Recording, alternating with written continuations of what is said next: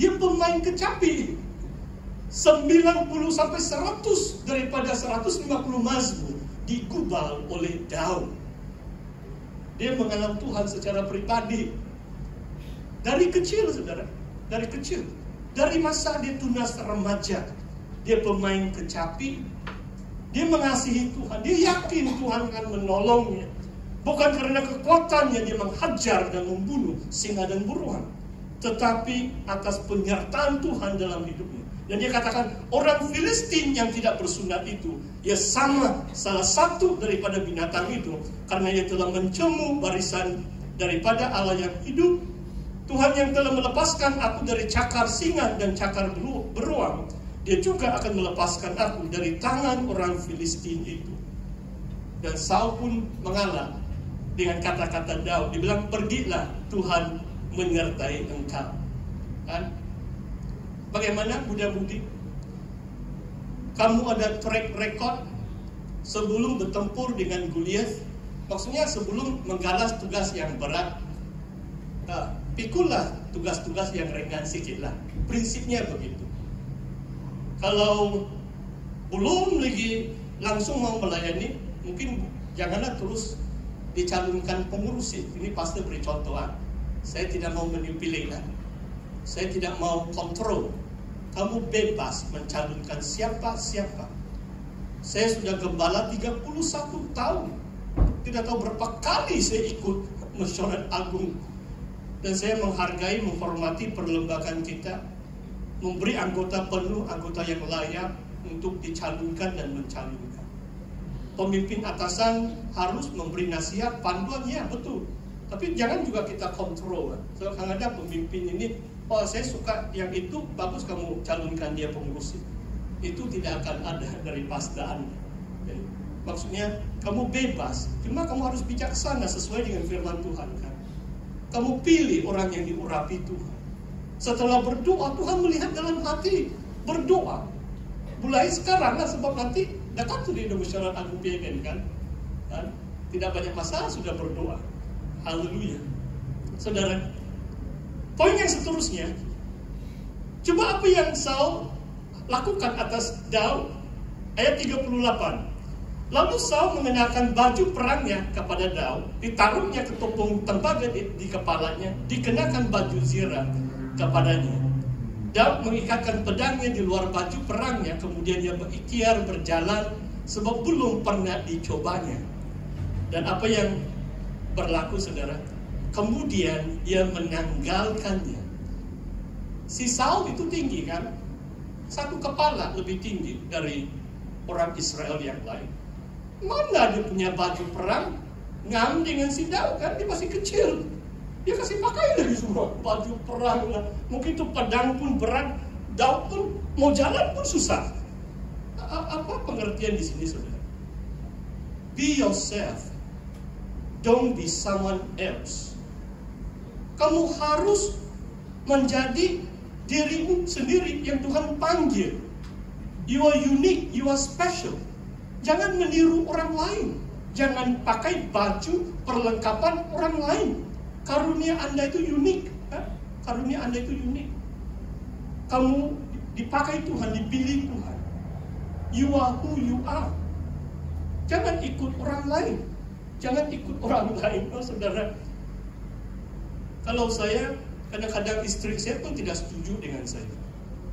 Kalau istri saya setuju dengan saya, mungkin 70% yang saya lakukan untuk Tuhan tidak akan terlaksana. Kalau saya yakin untuk kehendak Tuhan, saya tegas. I'm fully committed. Tidak pernah saya buat sesuatu perkara separuh hati. Pasti beri contoh. Kadang-kadang orang sekolah, dia sibuk khotbah, dia sibuk melayani sini sana, dia penuh masa dia melayani. 1-2 tahun ada gelar master teologi sudah. Hanya separuh masa, macam belum masak. Saudara faham maksud saya? Saya kenal beberapa pribadi, sini sana jalan ada gelar doktor. Bila diselidik online saja, dia hantar laporan dia saja, dapat gelar doktor. Banyak doktor palsu tahu, hati-hati. Banyak hal yang menipu, saudara, di dunia ini. Saudara harus committed. Apa yang saya lakukan, saudara, waktu menantikan penempatan, itulah saya dapat menulis beberapa buku. Sebab saya penuh masa menanti penempatan, maksudnya saya langsung tidak ada apa-apa. Sepenuh masa saya tulis buku. Kalau pelayanan, sepenuh masa. Bila saya sekolah, sepenuh masa. Cobalah kamu belajar bahasa Ibrani, Yunani, 1-2 jam. Mana dapat kamu kuasai? Dulu mata saya terang macam itu burung Raja Wali. 28 tahun. Belajar bahasa Ibrani, Yunani tidak sampai 6 bulan. Rabun sudah saya. Begini. 20 jam saya belajar itu bahasa. Penuh masa committed, saudara. Pastor cuma share supaya nanti pun kalau kamu sanggup terima pencalonan, kamu perlu committed. Okay? Kalau setiap bulan ada mesyuarat lah itu. Kalau kebaktian PMM buat yang terbaik, pelayanan buat yang terbaik. Tiada pelayanan yang berhasil kalau hanya separuh hati. Apa yang kita lakukan adalah sepenuh hati untuk Tuhan, kan? Kita ini lakukan untuk Tuhan, bukan untuk manusia. Daud diangkat sebagai pemimpin, kemudian jadi raja. Sebab Tuhan tahu isi hati Daud yang mau memuliakan hati Tuhan. Daud menanggalkan baju perang Saul. Maksudnya jangan kita meniru orang lain. Be yourself. Be confident in yourself, in your calling, in your gifting. Laksanakanlah karunia panggilan Anda. Jangan berbanding-banding dengan orang lain, saudara. Memang kita saling mengasihi. Kita perlu ada satu tim dan saling memperlengkapi. Bukan satu orang, saudara. Tapi be yourself seperti Daud, saudara. 2-3 lagi yang saya mau. Bila Daud menghadapi si Goliat, saya mau baca satu ayat ini, saudara. Cembuhan itu saya tidak perlu baca. Goliat rasa, ya sep-sep sui. Kalau orang kata, siapa ini? Budak belum sampai 5 kaki, badan saya. Mungkin dari jauh pun dia pikir, begini, dia buat begini pun dia sudah tiarap begitu. Apa yang Daud katakan, ayat 45. Ayat 45, engkau mendatangi aku dengan pedang dan tombak dan lembing. Tetapi aku mendatangi engkau dengan nama Tuhan semesta alam. Ini kekuatan Daud. Dia datang dalam nama Tuhan. Segala kuasa di surga, di bumi telah diberikan kepada aku, kata Tuhan Yesus. Pergilah, jadilah segala bangsa muridku.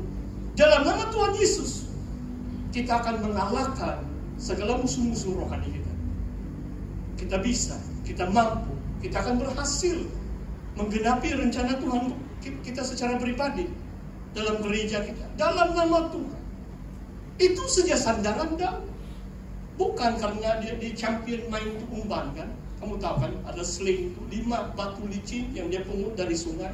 Dia pakai 1 batu saja untuk menjatuhkan, karena dahi si Goliat. Dia tiarap, dia rebah, dipancung kepalanya dengan pedang Goliat sendiri oleh Daud. Sebab dia pernah bergumul dengan beruang dan singa. Walaupun dia mungkin baru 16 tahun, dia kuat. Daud adalah pahlawan. Dia dapat pancung, penggalkan kepala si Goliat dan mengalahkan itu. Saudara, lihat kesan kepimpinan, saudara. Di situ, waktu Goliat mati, coba kamu lihat apa yang berlaku, saudara. Ini ayat yang kedua terakhir yang saya mau bacakan dengan kita. Ayat 52, saudara. Maka bangkitlah, ayat 52. You need a leader. Daud yang pergi. Saul pun tidak berani, kan? Tiada orang berani. Kalau ada satu orang berani dan dia menang, kata firman Tuhan ayat 50, maka bangkitlah orang-orang Israel, Yehuda, mereka bersorak-sorak lalu mengejar orang-orang Filistin sampai dekat Gad, sampai pintu gerbang Ekron ini, dekat sempadan wilayah mereka. Dan orang-orang yang terbunuh dari orang Filistin berkelimpangan di jalan ke Sarim dan seterusnya. Maksudnya, saudara, kalau ada kepimpinan, orang lain ikut, orang lain bersemangat, kan? Sebelum itu orang Israel takut karena Daud, orang Israel maju berperang dengan sorak-sorai mengalahkan musuh-musuh mereka. Saudara, akhir daripada perkongsian firman Tuhan pagi hari ini adalah, saya mau menekankan satu keutamaan Daud adalah hubungan dia dengan Tuhan. Dia pemain kecapi. Walaupun tidak begitu ditulis, kalau saudara tahu, bukan semua mazmur dia tulis atau gubal waktu dia menjadi raja. Dekat 100 mazmur ditulis oleh Raja Daud. Pasti dia sudah menggubal, menyanyikan mazmur-mazmur itu waktu dia baru remaja, menggembalakan kawanan domba di padang gurun. Ini hubungan kita dengan Tuhan. Jadi saya mendorong saudara dan saudari, seluruh jemaat Tuhan di tempat ini, khususnya pemuda dan pemudi, kekuatan kita adalah hubungan pribadi kita dengan Tuhan. Dan kita terus menyembah Tuhan seperti Daud, kan? Dia mainkan kecapi, bukan saja untuk Raja Saul, tetapi untuk menyembah Tuhan. Dan dia orang yang beriman. Dia mengalahkan Goliat bukan karena dia champion main keumban, tetapi dia mengandalkan nama Tuhan semesta alam. Itu yang menyebabkan Daud berhasil. Dia adalah pahlawan gagah perkasa. Mari kita berdoa. Saya jemput para pemusik, song leaders juga bersama saya di sini. Mari kita renungkan firman Tuhan. Kita akan menyanyikan lagu respon, lagu yang terakhir tadi, sambil kita merenungkan firman Tuhan.